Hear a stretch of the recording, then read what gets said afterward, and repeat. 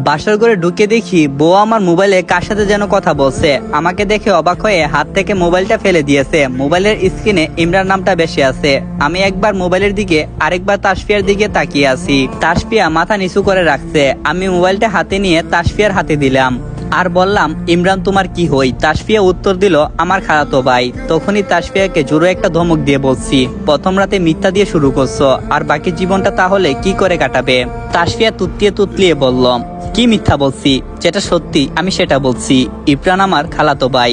আমি বললাম, ঠিক আছে, তাহলে ইমরানকে কল করো, আমি ওর সাথে কথা বলবো।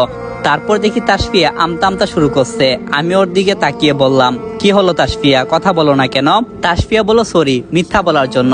সত্যি বলতে ইমরান হলো আমার বয়ফ্রেন্ড। আজকে অনেক কান্না করতেছে, তাই ওকে কল দিয়ে সান্ত্বনা দিয়ে দিচ্ছি। আমি বললাম, তার মানে ইমরানকে অনেক ভালোবাসতে? তাসফিয়া বলল, হ্যাঁ। আমি বললাম, তাহলে আমাকে বিয়ে করছো কেন? তাসফিয়া বলল, সত্যি বলবো? আমি বললাম, হ্যাঁ বলো। তাসফিয়া বলল, ইমরান এখনো লেখাপড়া করে, আর আমাদের পরিবার আমাদের সম্পর্কটা মেনে নিতে চায় না। আর এদিকে আব্বু আম্মু বিয়ে দেওয়ার জন্য পাগল হয়ে উঠছে। আমি বললাম, কেন? তাসফিয়া বলল, কারণ আমার ছোট দুইটা বোন আছে, ওদেরও তো বিয়ে দিতে হবে, তাই বাধ্য হয়ে আপনাকে বিয়ে করছি। আমি বললাম, বুঝতে পারছি। আসলে আমাদের সমাজে ছেলে লেখাপড়া করলে বা বেকার থাকলে তাদের কাছে কারো মেয়েই বিয়ে দিতে চায় না। আমি বললাম, তাসফিয়া একটা সত্যি কথা বলবে? তাসফিয়া বলল, হ্যাঁ বলেন, কি সত্যি আপনি জানতে চান? আমি বললাম, তুমি কি কখনো আমাকে স্বামী হিসেবে মেনে নিতে পারবে? আর কতদিন লাগবে?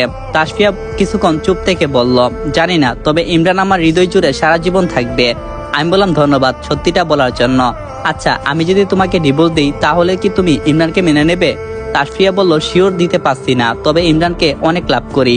আমি বললাম, ঠিক আছে, ইমরানের সাথে তুমি কথা বলো, যদি ইমরান তোমাকে মেনে নেই তাহলে আমি তোমাকে ডিভোর্স দেবো। ডিভোর্সের কথা শুনে তাসফিয়া আমার দিকে হা করে তাকিয়ে আছে, মায়াবী চোখটা যেন আমাকে গিলে খাচ্ছে। তাসফিয়া বলল, বাসর রাতে ডিভোর্স নামটা নিলেন? আমি বললাম, হ্যাঁ, কারণ তুমি কখনো আমাকে স্বামী হিসাবে মেনে নিতে পারবে না। আচ্ছা, ওই পাশে শুয়ে পড়ো, আমি এদিকে শুয়ে পড়ছি। আর হ্যাঁ, ইমরানকে কল করো, ওর সাথে কথা বলো, আমি জানতে চাই ও কি চাই, সকালে আমাকে তা বলবা। তাসফিয়া বলল, হ্যাঁ।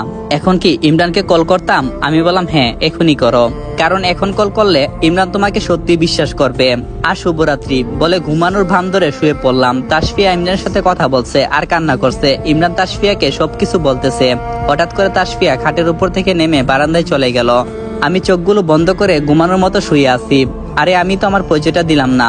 আমি হলাম আল মোহাম্মদ সৌরভ, একটা কোম্পানিতে চাকরি করি। আব্বু চাকরি করে আর আম্মু বাড়িতেই থাকে। বড় আপুর বিয়ে হয়েছে, ওনার পর সরকারি চাকরিজীবী। এখন অনেক ঘুম পাচ্ছে, বাকি কথা সকালে বলবো। পুরোনো স্মৃতিগুলো খুব করে মনে পড়ছে। কখন যে ঘুমিয়ে গেছি ঠিক মনে নেই। সকালে ঘুম ভাঙছে ফজরের আজান শুনে। ঘুম থেকে উঠে ফজরের নামাজ পড়তে